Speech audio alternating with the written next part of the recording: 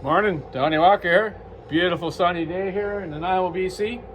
And it's getting towards, well, spring started, but summer will come, it'll get hot, and we're gonna have fire season. I got a load of fire pumps to deal with.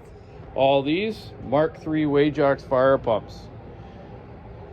Most of the problem with these is spark and fuel. They don't get used, which is good, but when they do get used, they gotta work right.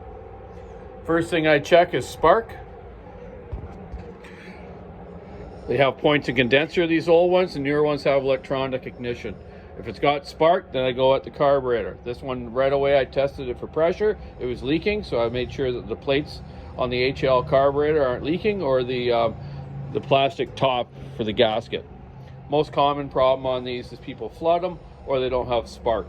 So usually every year, these guys bring me all these. I get the spark happening, fuel, putting some kits in them right now, and away they go.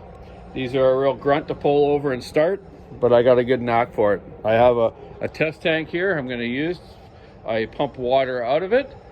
Gravity feeds to my pump. Then I pump it back in so I don't waste the water, so I can test all these.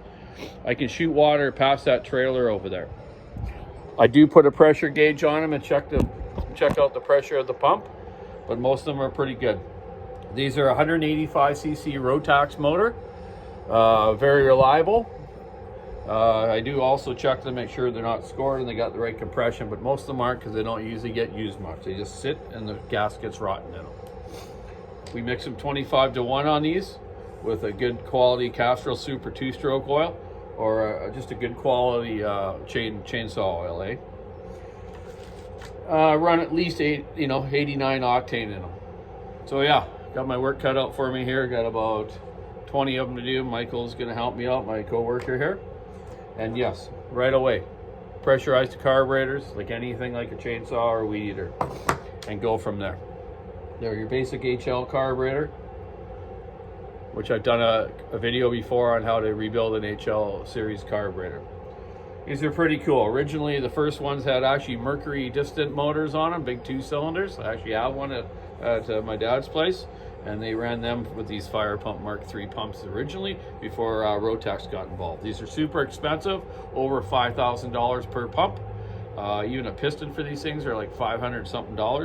Ridiculously priced parts, but they last a long time. A lot of these pumps are over 30 years old. I just keep redoing them every year. Keeps us going. If they do have problems, I'll even run out in the bush and help them. I don't want our forest to be burned down and any problems in the city. So that's Donny Walker's pump day today, and tomorrow probably, but it's supposed to rain tomorrow, so I'm going to try to get most of these done today and get testing them out here. Keep her saw in the wood, stick in the ice, rub on the road. Don't throw cigarette butts out of the window and start a fire, so we got to use these. Check out the walkersawshop.com online store, and have a great week. We'll see you soon. Bye.